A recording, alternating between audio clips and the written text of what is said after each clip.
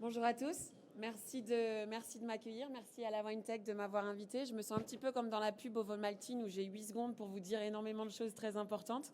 Donc j'ai un quart d'heure pour vous parler du digital au service de la premiumisation. On pourrait en parler pendant 3 jours. Donc j'ai essayé de condenser. J'espère que ça va aller. J'ai un petit spoiler alert, ou en tout cas un truc important à vous dire au début, c'est que moi je ne suis pas une personne du digital, je ne suis pas une personne de la tech, je ne suis pas du tout une experte de ça. Par contre, de par mes fonctions, je suis quelqu'un qui réfléchit énormément à la notion de grand cru, à la notion de fine wine et à la notion d'excellence dans notre industrie. Et du coup, à la premiumisation également, qui, on va le voir, et c'est important pour moi de le dire dès le départ, comme dans le vin, comme dans beaucoup de choses, c'est important de définir les choses au début parce que, en fonction de quoi on parle, on ne va pas appliquer les mêmes concepts et on ne va pas appliquer les mêmes leviers d'action. On va voir que la premiumisation, ça peut être légèrement différent que le fine wine, que les vins de luxe, que les classiques, que en fait toutes ces nuances qu'on va trouver dans le haut de la pyramide des prix. Et en fonction de là où on souhaite se positionner dans cette pyramide, dans la haute pyramide des prix en tout cas, qu'on soit premium, qu'on soit fine wine, qu'on soit vin d'investissement, qu'on soit luxe, qu'on soit classique, quel que soit le désir et la volonté de la marque, en fait, les leviers d'action vont pas du tout être les mêmes parce que dans ce segment de niche qui sont les vins les plus chers, en fonction de beaucoup de choses et notamment du système de distribution que vous allez choisir, vous allez avoir en face de vous des acteurs différents, vous allez avoir des routes to market qui vont être différentes et vous allez avoir des leviers par rapport à la tech et la digital qui vont être différents parce que l'augmentation de la valeur perçue ne va pas jouer sur les mêmes choses. Ça, c'était mon introduction. Juste pour vous donner un petit peu de contexte sur ce que je fais et qui on est. Donc moi, je dirige Arénie Global, qui est un think tank qui est dédié à l'avenir des grands vins, au Future of Fine Wine. On est basé à Londres et notre langue de recherche, elle est en anglais. C'est pour ça qu'il y a beaucoup des slides qui seront en anglais aujourd'hui. Je m'en excuse par avance. Et en fait, notre métier, c'est de regarder comment le monde change et comment ces grandes forces de changement vont impacter à la fois la production, la distribution et la consommation des grands vins. Et bien entendu, afin de définir notre sujet, on a passé beaucoup de temps à réfléchir à cette notion de grand vin, de fine wine, d'excellence, d'extraordinaire et de tout ce que ça inclut, de tous les attributs qu'il y a autour de ça et de tout ce que ça nécessite également. Et il y a beaucoup de choses et il n'y a jamais de réponse très simple et directe. On a 6 grands thèmes d'exploration.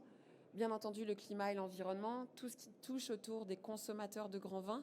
Et on peut aussi directement dire qu'un consommateur de grands vins et un consommateur de vins normaux, j'aime pas, c'est difficile, mais on va dire qui se placent dans une autre catégorie, vont être des consommateurs un petit peu différents. Leurs attentes, leurs besoins, les nécessités vont être différents. Le global trade, parce que bien entendu, on fait du commerce dans un environnement international et tous les grands changements géopolitiques vont impacter la façon dont on peut développer notre commerce. Le marketing et la communication, la finance et le tech et le digital qui, bien sûr, s'intègrent à ça. Mais pour revenir à ce que je disais au départ, souvent, on prend un petit peu les choses à l'envers avec le tech et le digital. Moi, je le vois beaucoup avec les partenaires avec lesquels on travaille. C'est-à-dire qu'on commence à s'interroger sur la tech et le digital avant d'avoir réfléchi à sa stratégie et à ce qu'on veut faire. Et dans la plupart des cas, la tech, c'est un outil qui va venir répondre à nos besoins, qu'on aura identifié par rapport à une stratégie. Et cette stratégie va énormément dépendre, encore une fois, du petit segment de niche sur les vins les plus chers dans lesquels on souhaite appartenir et dans lesquels on souhaite jouer. Donc, on publie entre 4 et 5 grandes publications par an. Si vous voulez en savoir un petit peu plus à la fin, venez me voir. Mais je voulais vous montrer le white paper, le livre blanc qu'on a publié l'année dernière en janvier, qui est la 4e édition de ce livre blanc sur, encore une fois, qu'est-ce que ça veut dire être un fine wine, quelles sont les responsabilités qui sont attachées à ça, comment cette notion évolue dans la tête du consommateur et dans la tête du trade aussi, et quels sont les attributs. Et je vais vous en parler très rapidement aujourd'hui, parce que je pense que c'est important dans le contexte de cette présentation. Mais comme tout est important de commencer par la définition en tant que recherche et de poser un petit peu le cadre de ce qu'on va expliquer. La premiumisation, en fait, il y a énormément de façons de la définir. Je vous en ai mis une logique. En fait, pour moi, la premiumisation, ça veut dire faire augmenter la valeur perçue du produit pour que le consommateur soit prêt à payer plus cher.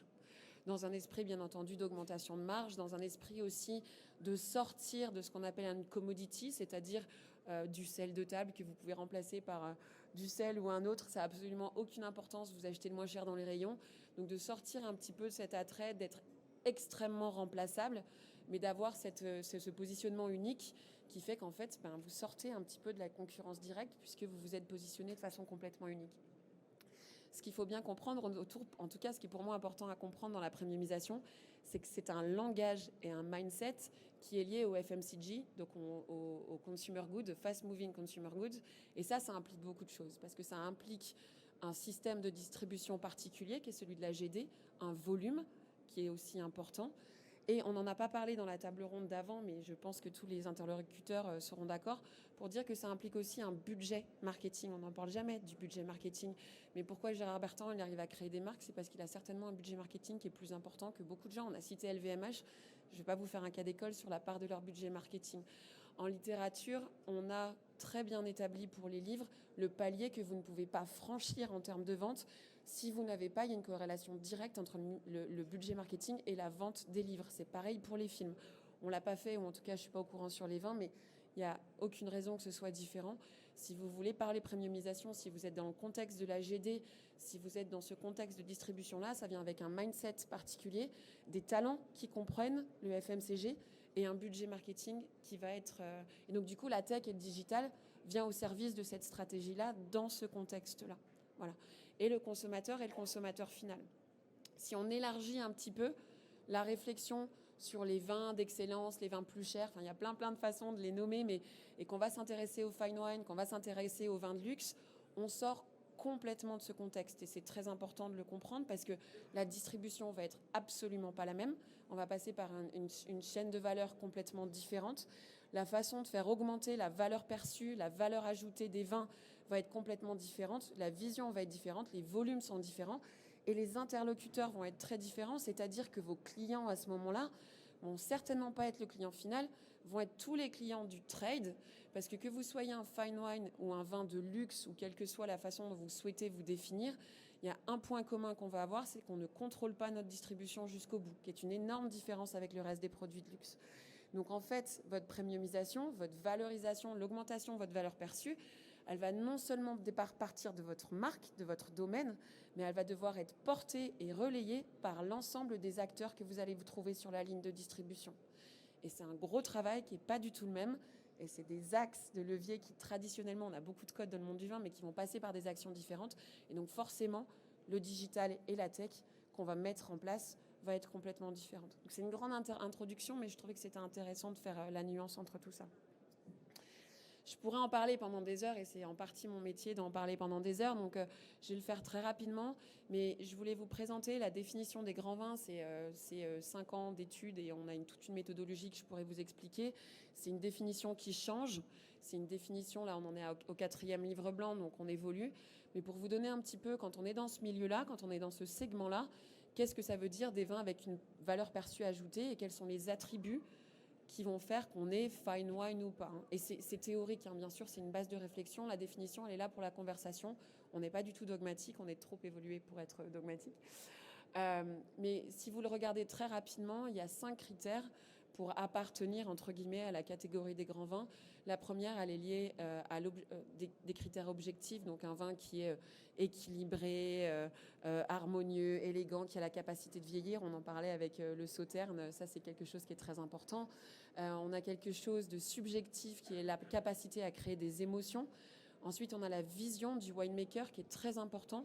La vision de créer quelque chose d'excellent ou d'extraordinaire. Et encore une fois, on pourrait faire un essai sur la différence entre l'excellence et l'extraordinaire et comment ça impacte tout ça. Mais je erre vers le hors-sujet. La réputation qui est extrêmement importante. Et le côté sustainable, alors là c'est pareil, on pourrait en parler pendant des heures, mais les grands vins sont construits dans une notion de temps long au niveau de l'agriculture. Et au jour d'aujourd'hui, avoir une agriculture sur le temps long, ça veut forcément intégrer une notion de sustainability, quelle qu'elle soit. Et en fait, ce que je voulais vous montrer dans cette définition, c'est que c'est une définition très amont. Alors quand on me demande de parler de l'aval, c'est toujours un peu compliqué parce que dans les fine wine, tout est concentré encore sur la production. On part de la vision du producteur et encore une fois, il va falloir la faire décliner sur l'ensemble du système de distribution. Mais la réputation est très importante et je vais vous en parler parce que quand on va essayer de faire ce levier-là qui est de faire augmenter la valeur perçue d'un vin, ça va passer par la réputation qui va passer par toute une série, encore une fois, d'acteurs qu'on va devoir aller toucher. Je vous ai mis aussi la définition d'un vin de luxe, parce que c'est une nuance qu'on nous demande souvent d'expliquer. Et c'est une des définitions, il y en a plein. Vous commencez à comprendre mon amour des définitions. Mais qui a été faite par Liz Thatch et Peter Young aux États-Unis. Il y a un bouquin qui s'appelle Le marketing des vins de luxe. Je ne sais pas s'il est traduit en français, mais si vous êtes à l'aise en anglais, je vous conseille de le lire parce qu'il est vraiment très intéressant. C'est très axé sur le marché américain. C'est une vision américaine des vins de luxe, mais pour nous Français, c'est très important de le connaître parce qu'encore une fois, on pourrait faire un essai philosophique sur la compréhension du luxe aux États-Unis et en France. Elle est très différente.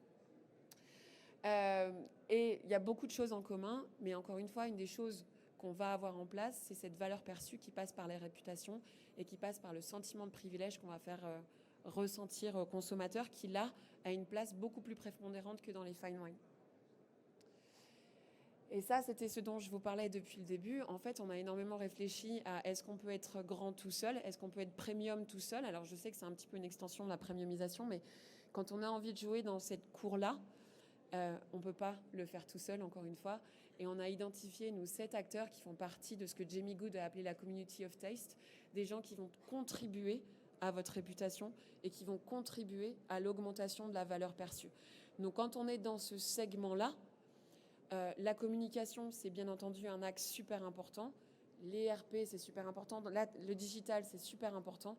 Mais c'est super important à travers l'ensemble de ces acteurs. C'est une vision vraiment 360 qui ne peut pas se résumer à des actions hyper directes, problème, solution. Non, problème, solution à 360 degrés, qui est un peu un cycle de création de valeur. Et alors du coup, je crois qu'il doit me rester 5 minutes. Voilà, on en revient quand même à la tech après cette longue introduction. Moi, j'ai beaucoup demandé à mes partenaires et je leur ai dit, bon alors, je dois parler du digital au service de la premiumisation. Je prends une vision assez large de la premiumisation.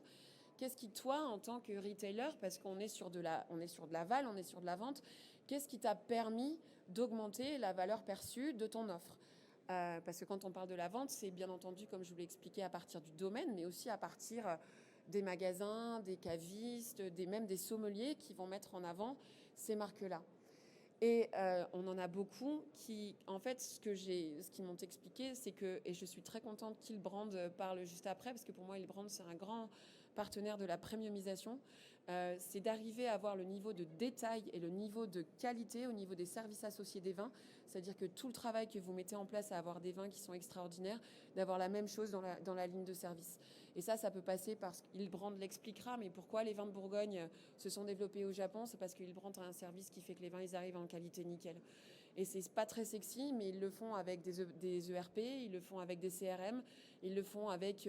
c'est pas de la tech un peu shiny, mais c'est de la tech hyper nécessaire, qui va aussi servir à des retailers. La Wine Society fête son 150e anniversaire cette année. Ils ont fait le meilleur chiffre de vente de leur histoire l'année dernière, parce que l'année dernière, ils ont réussi à mettre en place un service technique qui leur permet de faire de la livraison en un jour partout en Angleterre à partir d'une bouteille. Ça, c'est pas sexy, c'est pas shiny, c'est pas forcément d'intelligence artificielle, mais c'est avoir accès à cette donnée et arriver à avoir un service précis et de qualité qui est hyper important pour cette vision 360 de la premiumisation et de la qualité. On peut parler de la garantie d'origine et la blockchain, bien entendu, est super intéressante. On va parler de la personnalisation, mais ça, c'est pareil, il me faudrait une autre heure pour en parler, et de ce que ça veut dire d'humaniser la connexion. Parce que souvent, quand on est dans les vins plus chers, de par la ligne de distribution très longue, connaître son consommateur final, c'est très compliqué. Le digital va nous permettre de le faire, va nous parler d'humaniser nos personas, d'avoir des vraies personnes en face de nous, et d'affiner le service qu'on va pouvoir proposer, encore une fois. La création de contenu. Il y a une marque aux États-Unis qui s'appelle Massican, un winemaker qui s'appelle Dan Petroski, qui maintenant travaille avec Gallo, donc pas un petit non plus du monde, et qui mixe la premiumisation et le fine wine de façon assez intéressante. Encore une fois, pas le même budget marketing que ce qu'on va avoir en France sur beaucoup de choses. Lui, il parle tous les jours un quart d'heure à son intelligence artificielle. Parce que le but, c'est que l'intelligence artificielle arrive à comprendre son tone of voice, son message, et créer des contenus qui soient à la fois fidèles à ce que lui il fait, mais fidèles à l'attente de ses consommateurs qu'il connaît super bien. Donc en amont, il a tous les datas de ses consommateurs, il sait qui ils sont. Il a aussi l'intégralité de ce qu'il est, de son identité. Et le digital va lui permettre d'affiner le message, de le faire de façon beaucoup plus rapide, et que ce soit au niveau des mots, que ce soit au niveau du visuel, d'avoir des productions qui soient adaptées à la fois à l'amont et à l'aval, et qui fassent ce lien-là. Et puis, j'en touche une ligne parce que ce n'était pas la conversation, mais c'est aussi très important quand on parle de la premiumisation. Je l'ai évoqué très rapidement, mais la premiumisation, ça passe par souvent une augmentation de la qualité des vins. C'est un peu un passage obligatoire. Ce n'est pas que seulement du marketing, c'est très lié. Et l'augmentation de la qualité des vins, là où la tech et le digital va être extrêmement important, c'est tout ce qui est la viticulture de précision, qui va nous permettre aussi d'économiser des ressources, qui va nous permettre d'avoir encore une fois cette chaîne de valeur positive et qui va venir faire que le marketing ne repose pas que sur des arguments marketing, mais des arguments réels, parce qu'on pourrait encore parler d'authenticité pendant des heures, mais ça va être très important. Je crois que c'est fini, un quart d'heure, ça passe très vite. Je ne sais pas du tout si on a le temps d'avoir des questions. J'avais donc du coup, si je voulais vous laisser avec quelques takeaways, avec quelques points clés, que la notion de digital et la notion de premiumisation sont tellement vastes qu'avant de penser outils et besoins, et je suis désolée si vous attendiez des outils précis, c'était pas la teneur de ce speech, mais il faut penser stratégie et positionnement.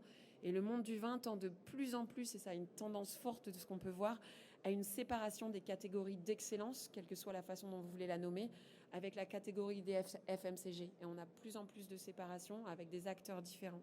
Donc dans les vins FMCG, les budgets marketing requis sont très importants et je pense qu'il faut aussi en avoir conscience parce qu'on peut parler outils, mais les budgets sont importants. Et le digital viendra au service du marketing et c'est quelque chose qui va être drivé presque intégralement par la marque. Alors que quand on est dans les vins d'excellence, quand on élargit cette notion de premiumisation, la problématique, elle est tout autre. Les circuits de distribution sont différents, les interlocuteurs sont différents et le digital, du coup, viendra au service d'une stratégie qui va être multiple et une premiumisation qui va être drivée par la marque mais relayée par l'ensemble de la chaîne de valeur. Voilà, j'espère que ça vous a plu. Merci beaucoup.